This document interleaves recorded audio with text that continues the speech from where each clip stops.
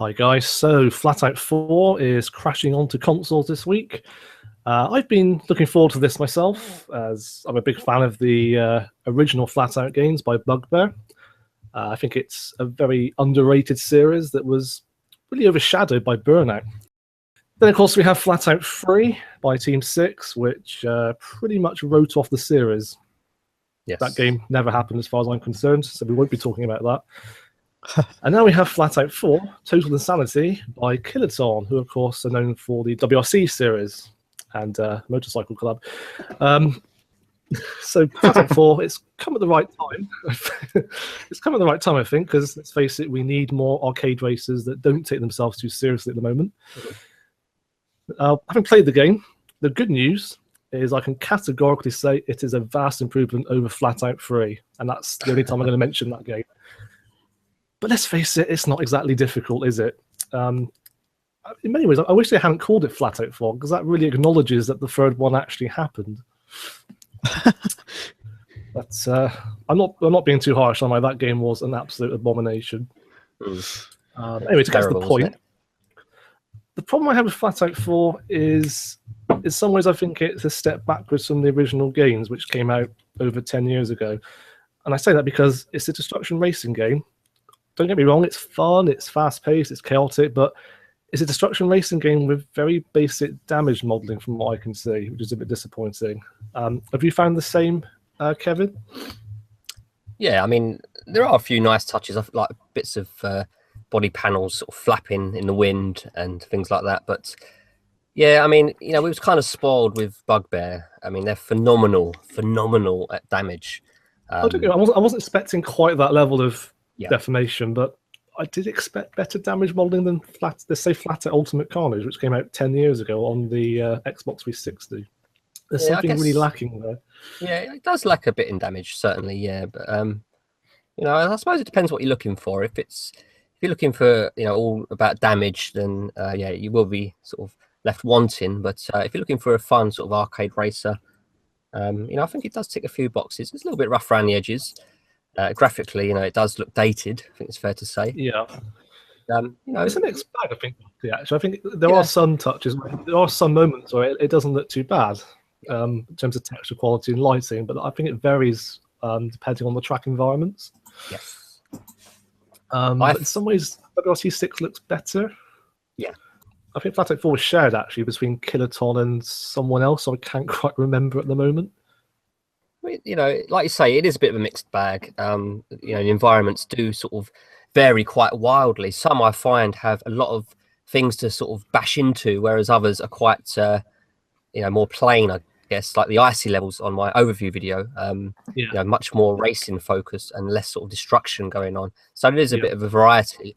But in terms of visuals, I found the game a little bit dated, a little bit dull. There seems to be a lot of rain in this game, and like when you see the loading screens, you see an environment in the desert, and it's very like sun-baked and very vibrant. And then the real, level loads, and you're in the shadows, and it's not quite as bright and vibrant as the loading screens suggest. So in that respect, I find it just lacks a little bit of energy in terms of vibrancy and brightness in the environments to really sort of live up to the Flatout name. Yeah, I mean, it's odd. I think some of the tracks, to me, it's almost as if they've gone in a kind of almost cartoony direction, like the desert track, for example. Yeah. Compare it to the older Flatout games, they had a really, or at least the original Flatout game had a really kind of gritty look to it. It was a really gritty off-road banger racing game. It knew exactly what it was. But Flatout 4, I'm not so sure if they do know what they want from this game, in what direction they wanted to take it into. They're kind of trying to pay homage to the older games, but I don't know, it doesn't really stand out on its own. I mean, they've got like vehicles and environments from the old games, and they were asking fans, weren't they, to actually submit which tracks they'd like to see from the older games in the series. That was very early on in development. I remember that when they first announced the title. So it's like they're trying to bridge a gap between the old games and trying to make a new game. But it's not really a new game, is it? It's more of a sort of bridge to potential fresh game, perhaps with Flatout 5, perhaps in the future if they sort of maintain keep the license. So it's kind of to redeem Flatout 3. I promise it's the last time I'll mention that game. It does feel like that, doesn't it? A sort of a stopgap, I guess, or like a bridge between the two, like the old and the new, because, you know, like you say before, Flatout 3 was absolutely horrendous, and it was so bad that we thought that that was it for the series. So it's good to see it coming back. You know, new developer, so many different developers as well. Yeah, every developer's got a take of their own on, you know, what, you know, the series should be, of course. And you know, it's I think it's a good effort. I think it's a good game. But you have to spend time with the game to really understand it. When you're playing through the career mode, for instance, the payouts for winning the events are so low, and you think, what's going on here? But then you realise so long in that first car that was just so slow. You realise that in order to get ahead in the career mode, you have to crash into cars during the events, because that's where you get your money. That's where the most money is made. You know, so. In a sense, what they've done is they've limited the winnings for the events, but made the game more fun, because you now have to go into the races and just crash at every opportunity to get those post-race monies for, you know, crashing into cars. And of course, the harder the crash, the more the money. So it is interesting. And I find, you know, the cars do handle very differently. I found that the first car I come across was the buggy, and it has this very sort of short wheelbase, very small car. And I found it kept swapping ends on me. It was quite frustrating, actually. But I soon changed cars, and, you know, completely different handling. You know, some cars take bumps really well, some are awful. You know, some of these 4x4 vehicles have very high center of gravity, and they're very unstable. So you have to tune them so they can take these little bumps and knocks. And I found that the cars with the biggest strength and durability ratings, they're the ones where you earn the most money, because you can put those into races, tune them up, and you can really wreak havoc. And, you know, you can destroy cars and take them out of the event altogether. And I end up destroying like 6 or 7 cars, which was a lot of fun, I might add. And you know, I can earn up like 15, 16,000 in the process. So it's good fun. You know, you crash into a car, you get boost, and then you use that boost to crash into another car even harder, and you get even more boost. And, you know, and that's where the fun sort of really comes from the title. But you know, you have to spend a bit of time to really understand that, because initially it's quite frustrating. You get a car that's not very good, and the payouts are low. So it does take time to actually get your head around what the developers actually want you to do with the game. And once you've got that, you know, the game's a lot more fun for it. Yeah, I'm exactly the same, to be honest. I did struggle for quite a long time to really get to grips with it at first, because, like you said, you're in a really underpowered car that just gets completely dominated by the competition. But once you actually grasp the mechanics, it does get a bit easier. I know what you're saying about the handling as well. It just surprised me how detailed the handling was. Yeah. Like in some cars, you land a jump, and if your wheels aren't straight, you spin out. There's quite a lot of depth in the handling, especially for an arcade racer. But it makes it less fun in some ways, at least early on, because I spent so much time just getting... That's another point, actually. The AI is very aggressive, and it kept spinning me out in the earlier races, and I did get quite frustrated.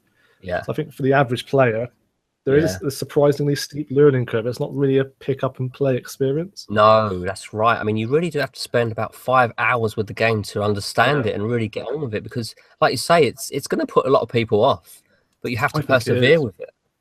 Unfortunately, that's not really what you want from a destructive racing game in some ways. You just want to dip in and out of it and have some fun. The most frustrating thing I would say with the game is railway tracks. I found some cars just could not handle railway tracks. As soon as you touch one, you know, you'd be flying up in the air. It was so frustrating at times, but it all depends on the vehicle.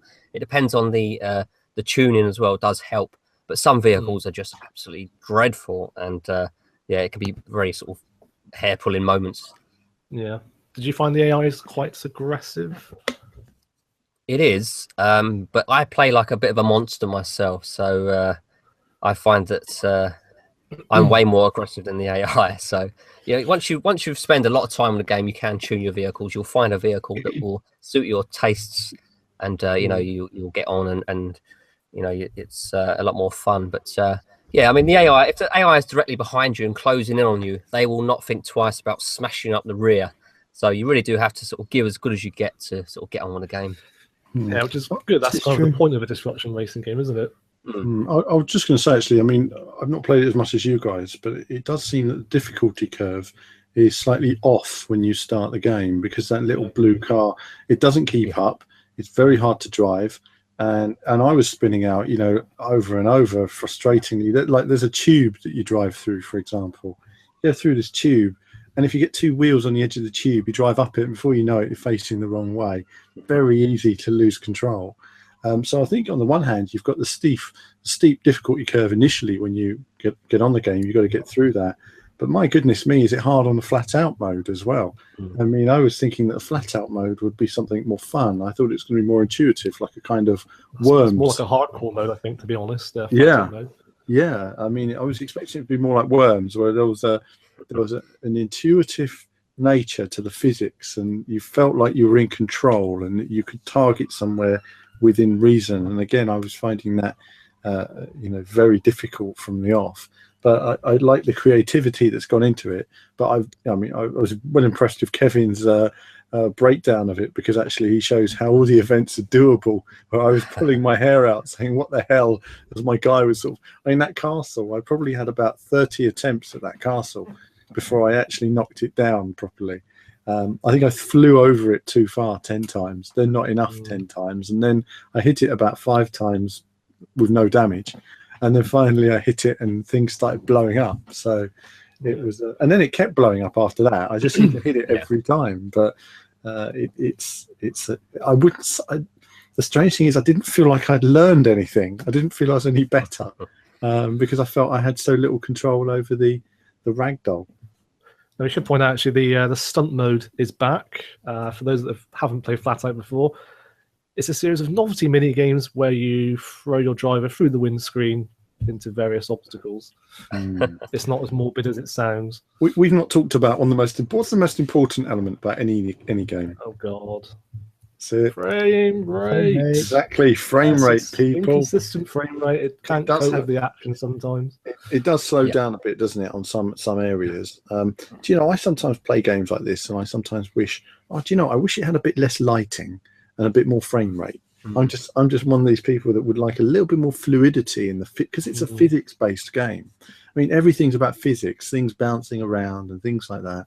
And when these games ran on like Xbox 360s and everything else, you think, I'd love to see that just running just a bit smoother. You know, it's a bit rough around the edges. Ed, you've been playing the Xbox One version. How is it on the Xbox One? Well, definitely to follow on from what you were talking about, I definitely notice it. Say you'd be at the start of a race and you're with a field of like 10 other cars, and you've all just smashed through like 3 signposts and a building. You can definitely notice it there. It's sort of that kind of feeling where it makes you blink a couple of times, where you're like, did something just happen there? And you can't register what just happened in your brain properly just because it skipped a few frames, and you sort of get that sort of feeling. It's slightly jarring at times, but for the most part it was unnoticeable. Although I sort of can second what Kevin was talking about earlier, is how it's a bit of a slow start in the game. Whereas like at the start of it, I did like the first few cups of the career. I spent most of that just sort of dawdling along at about 90 miles an hour on my own in the lead, just like wondering when something was going to happen. And I realized like the only way you can get boost is from like smashing into everything. But then after the first lap, most of the debris is gone. So I spent the next 2 laps just sort of on my own, slowly going around the track. And I'm glad to hear that once you put some time into it, then I'll get some cooler cars so I can have a bit more fun with it. But definitely like the first half of the first lap was great because I'm smashing into everything, getting loads of boost, going really fast. And then just got to wait for the rest of the race to sort of pan out. Now I can do the next one. Yeah, I mean, that's a good point, Ed. Flatout 4 is very much what you get out of it, what you put in. And if you I started off playing it like a normal racing game where I want to win. I want to come first at all costs. And like you say, once the first lap's over, you've just all the destruction has pretty much been caused, and you're sort of on your own sometimes at the front, and you're sort of leading the way, and it's quite dull. So what you really have to do is to go out of your way to crash into other cars, and obviously you earn more money doing that, and you get more boost. It's just more fun. And I think that the developers realized that, and that's why they've limited the payouts for coming first, and actually, you know, the money is made from actually crashing into cars. So it's very important that you have fun with this game, and you know, don't think of it as a sort of a racer where you want to come first all the time. You know, try and crash into other cars, get your boost, get your money, and then perhaps there's a balance between, you know, crashing, getting as much money as you can, and getting a high finish. And I think the skill really comes in when you can earn lots of money by crashing into cars, but also a very high finishing position. I think that's the balance that you need to look for in this game to have, you know, the most fun with it. And this, Ed mentioned about how he spent a lot of time sort of on his own in the lead. That just made me think of a point. From what I can see, there's no catch-up mechanic in the AI, which I think is kind of crucial for a destruction racing game, because you want there to be constant action. There needs to be something going on all the time to keep you invested. Yeah, normally this is something I would not want in a racing game, to be honest. But I think in a game like this, you really need that to keep you entertained. I think Burnout did that very well back in the day. I mean, if you spin out or whatever, it does take quite a long time to catch up with the opponents, which is quite frustrating. There's quite a few times where I had to resort to restarting. Yeah, my first experience of the game was I just decided to just go and do a quick race just to, you know, get a handle of it. And that one, for some reason, was a lot harder than all the career races. So my first experience was going into a quick race and sitting in 12th place the entire time, wondering what's going on. And then immediately going to the career mode, and it was infinitely easier. And then I was having the same problem, but I was in first place. But yeah, so that was like my initial experience. But I think another point that we've raised here is that you sort of have to work that out for yourself and work out that, oh yeah, if I smash into everyone at the start, my boost meter goes up immediately, and then I can get all the way to like third and start like crashing into like the top 3 people and have a good time. But I went into the career and there wasn't any direction from anything. I was just sort of like, oh, okay. It doesn't hold your hand, does it? Yeah, it just goes, now buy your first car. And it's like, okay. And that's it. You go buy a car and you go start racing. There's no sort of story. There's no reason. I just raises the point actually for me. Yeah, I mean, I was racing in the single race mode with my blue car, and it was very hard. I was always in last place, I think, racing in that mode. So you was up against much more sort of powerful vehicles and stuff, which I think is something they need to look at, because really you want to have that balance. When people first play the game, a lot of people are not going to go straight into a career mode. They're going to go into have a race and see if they like it, stuff like that. So it needs to be approachable in that sense. Yeah, I think they do need to tweak the learning curve a little bit there. Kevin, have you found that things, I mean, you've got into the game now, have you found it becomes more balanced as you've got further into the game? In terms of difficulty? In terms of difficulty, just in terms of the racing. I mean, we were just hearing, you know, about you're even miles ahead cruising on your own, or you're in the pack bashing them to get boost.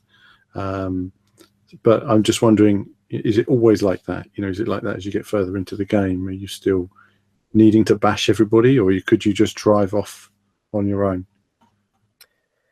I'd say once you've earned enough credits and you've bought, you know, your favorite car that you've unlocked and tuned it up, it in some ways it's still pretty straightforward, I would say, because you get more used to the tracks. You get to learn the best routes and any shortcuts in the tracks as well. I found midway through was perhaps the most challenging, and as I got further in, I didn't seem to have as much challenge perhaps. But when you do drive the faster vehicles, it really does ramp up the action in terms of just sheer speed. So the skill really comes in controlling the cars, especially using the boost, because you can't just hold down the boost and turn into corners.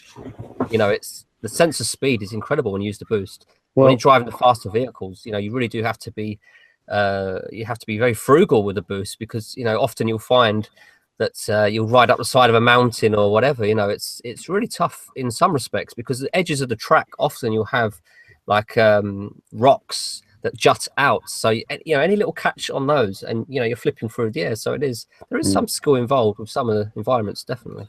One thing of course we can't test is the online modes yet. It does seem to have leaderboards, lots of leaderboards on there. Yes. Which is nice, but maybe online, depending on how it's sort of included, could be a bit of a saviour for it as well. Yeah. On the other hand, now I've heard that there's only 8 players online in arenas, for example. Right. And touching on the arenas, I was disappointed that in the career mode you have an arena event like a Destruction Derby sort of bowl, and it's only one round and it's over very quickly, and that's it. You know, I want to have multiple rounds, maybe some sort of knockout system, because I felt that they underutilized that mode in the career. So it's a bit strange to see that. I was thinking that, you know, it'd been great if they had like a giant golf course and you could have a round of golf. Yeah. Or something like that, you know. So you drive along the fairway, hit your man, pick him up, hit him again, whatever. You know, it's just silly things you can do with flat out golf. And I think it would have been pretty funny to have had a full mode in there. Of course, there's the other mode we haven't mentioned yet. That's the new assault mode. So for the first time, then Flatout has a new mode where you can actually fire weapons at other cars. It's kind of taking its cues a bit there from the Twisted Metal series and Vigilante 8, which I thought was interesting. That, in a word, is chaotic, I think is the word I'm looking for there. I didn't care for it myself. Yeah, it's a bit of a very strange weapons, weren't there? You had this sort of dynamite that you throw out the front of your car. You have the bollards that you throw behind. There was like a burning ball and sort of a blast sort of radius weapon, and it just seemed a bit tacked on. It was too chaotic. I don't believe you actually earn money from actually using those weapons, so you're probably better off just crashing into cars if you want to earn money in those events. So Flatout's never been about power-ups and weapons and things like that. So no, I didn't think it fit the Flatout world, and thankfully though there's not an awful lot of those assault events in the career. So no, I get the feeling they need to do something to kind of make it their own game, because otherwise it would just be almost like a tribute to the old games. Yeah, and that's how it feels, really, doesn't it? Yeah, I mean, I do get the feeling that Flatout has got increasingly more gimmicky as the series has gone on. Because if you go back to the very first game, it was a very simple, gritty off-road banger racing game. And then with the sequels, they had to compete more with Burnout. I get the impression. Yeah. So you have more street cars and city environments, and the track destruction was ramped up and all that kind of thing. So it's quite jarring if you compare it to the very first Flatout, which came out like 12, 13 years ago now, I think.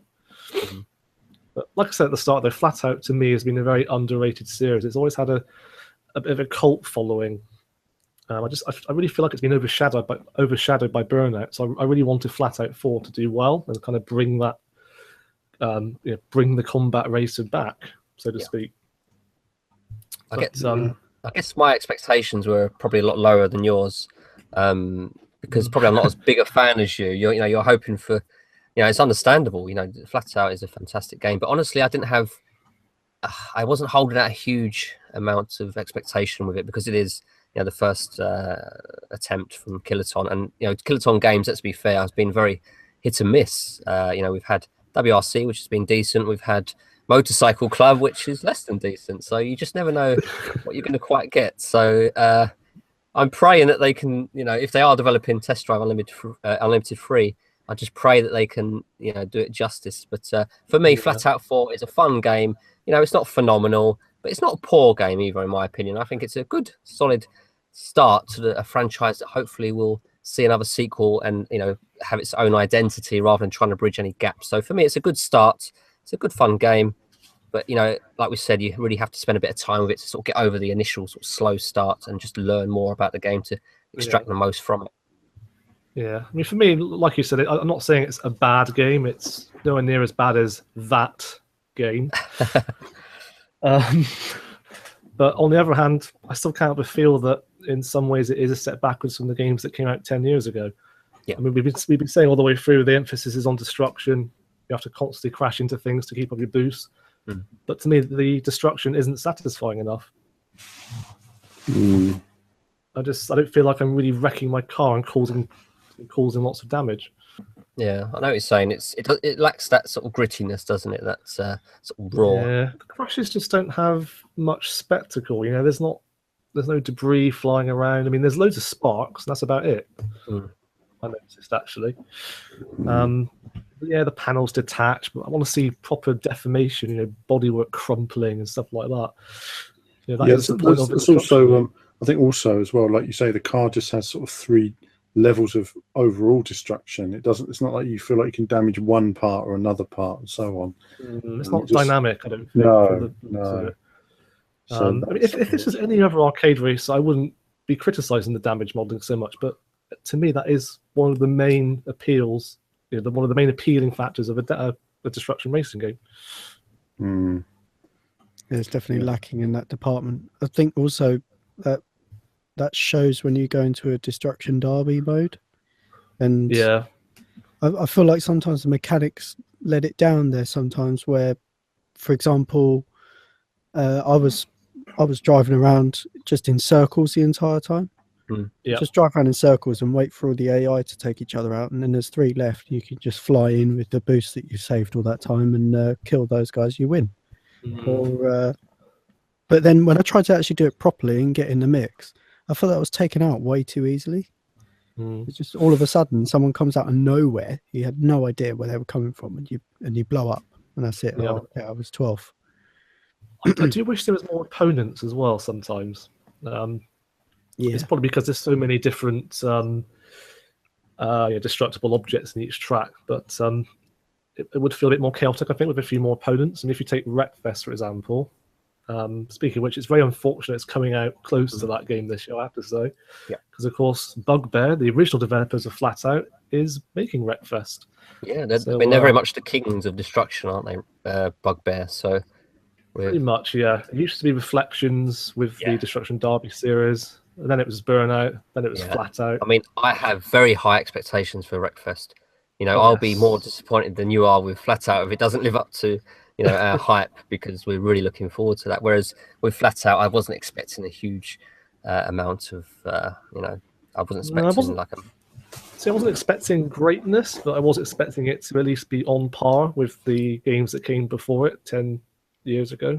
I think that's the trouble. It does, like you say, it looks dated. They were always going to be lacking compared to Bugbear, in my opinion. Yeah. So. Well, again, like I said earlier, I wasn't expecting like ultra realistic soft body deformation like you have in Wreckfest, but still have better damage modeling than the Flatout games that came out years ago. Yeah. To me, that's such a fundamental thing you have to get right in these sorts of games. So yeah, really, I think if you're looking for a destruction-based racer, you're better off waiting for Wreckfest, which is coming out. We don't know, but it's supposed to be out at some time in the spring, I think. But Flatout 4, it has its good qualities. It's still a fun arcade racer. Like I said at the start, we need more games like this at the moment. It has to be said, because we are getting a bit saturated with kind of serious, realistic simulations. So it felt good to play a game like this that doesn't take itself too seriously.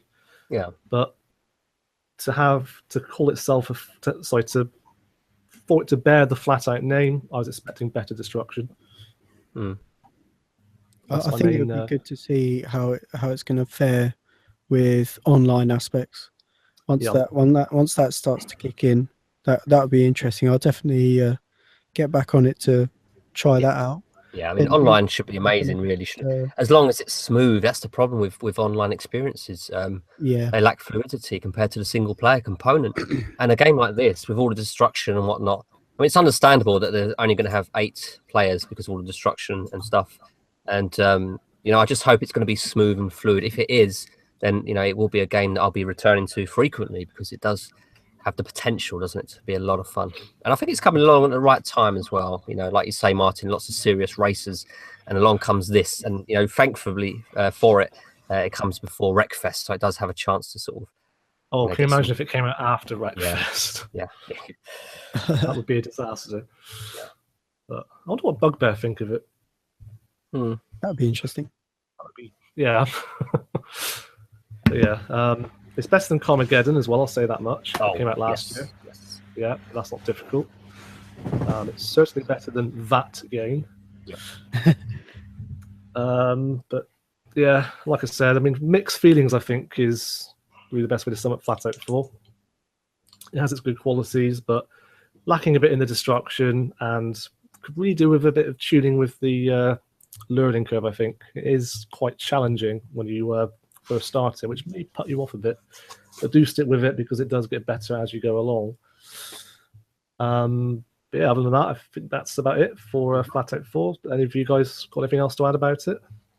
Just want to say that, we're going to have more Flatout 4 videos on the channel. So if you want to see anything, do let us know in the comments of the videos. And, as ever, we'll do our best to answer any questions and cover anything that you'd like to see. Right, yeah, well, that's it from us for now then. As Kevin said, you can expect more Flatout 4 content on the channel and the website very shortly. Do let us know what you think of it so far. Bye for now. Cheery bye. Well, how do you like it? Makes me feel